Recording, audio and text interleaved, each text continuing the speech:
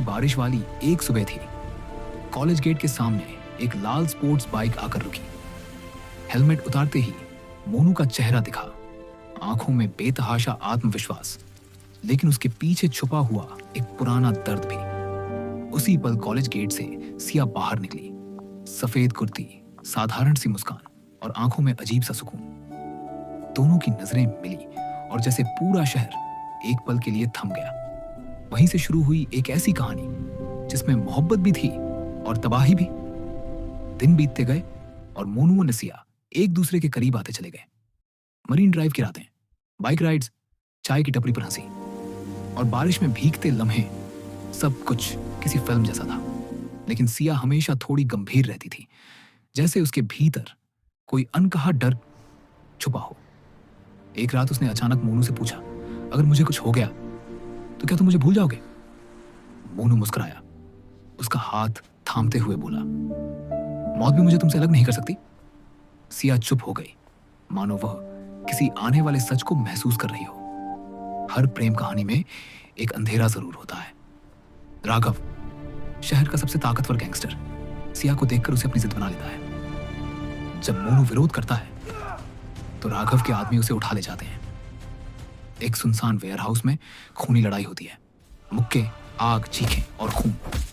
मोनू पूरी ताकत से लड़ता है और किसी तरह वहां से बच निकलता है, लेकिन वह वक्त से थोड़ा देर कर देता है। एक पुरानी हवेली में सिया कैद होती है। नशे और गुस्से में राघव उसे धमकाता है। सिया उसका डटकर सामना करती है, लेकिन अगले ही पल राघव उसे धक्का दे देता है। सिया सीढ़ियों से गिरती हुई नीचे चली जाती है और उसी क्षण समय थम जाता है। घड़ी रुक जाती है। रात के ठीक 3:17 AM पर जब मोनू वहां पहुंचता है तो उसके सामने सिर्फ सिया की लाश, फैला हुआ खून और सन्नाटा होता है। बारिश और तेज हो जाती है। मोनू चीखकर कहता है, अगर इश्क सच्चा हो तो रूह भी लौट आती है। सिया के जाने के बाद मोनू जिंदा तो रहता है, लेकिन अंदर से मर जाता है। 7 दिन बाद रात के ठीक 3:17 AM पर उसका फोन वाइब्रेट करता है। एक संदेश आता है, तुमने वादा नहीं तोड़ा, इसलिए मैं लौट आई। कमरे की लाइटें झिलमिलाने लगती हैं। आईने में सिया का अक्स दिखता है, लेकिन पीछे कोई नहीं होता। ठंडी हवा चलती है और सिया की आवाज गूंजती है, इंतकाम अभी बाकी है। सिया की रूह और मोनू एक हो जाते हैं।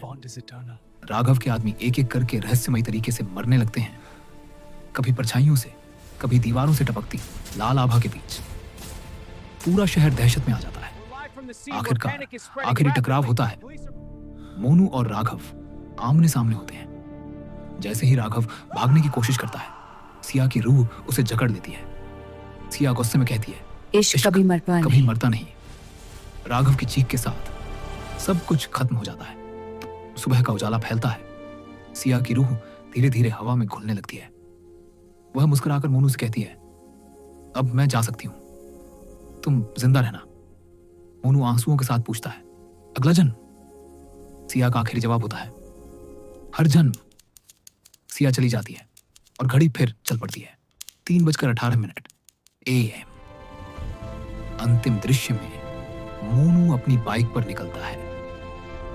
पीछे वाली सीट पर एक हल्की सी परछाई और मोनू के चेहरे पर एक हल्की मुस्कान, क्योंकि सच्चा इश्क मौत के बाद भी जिंदा रहता है।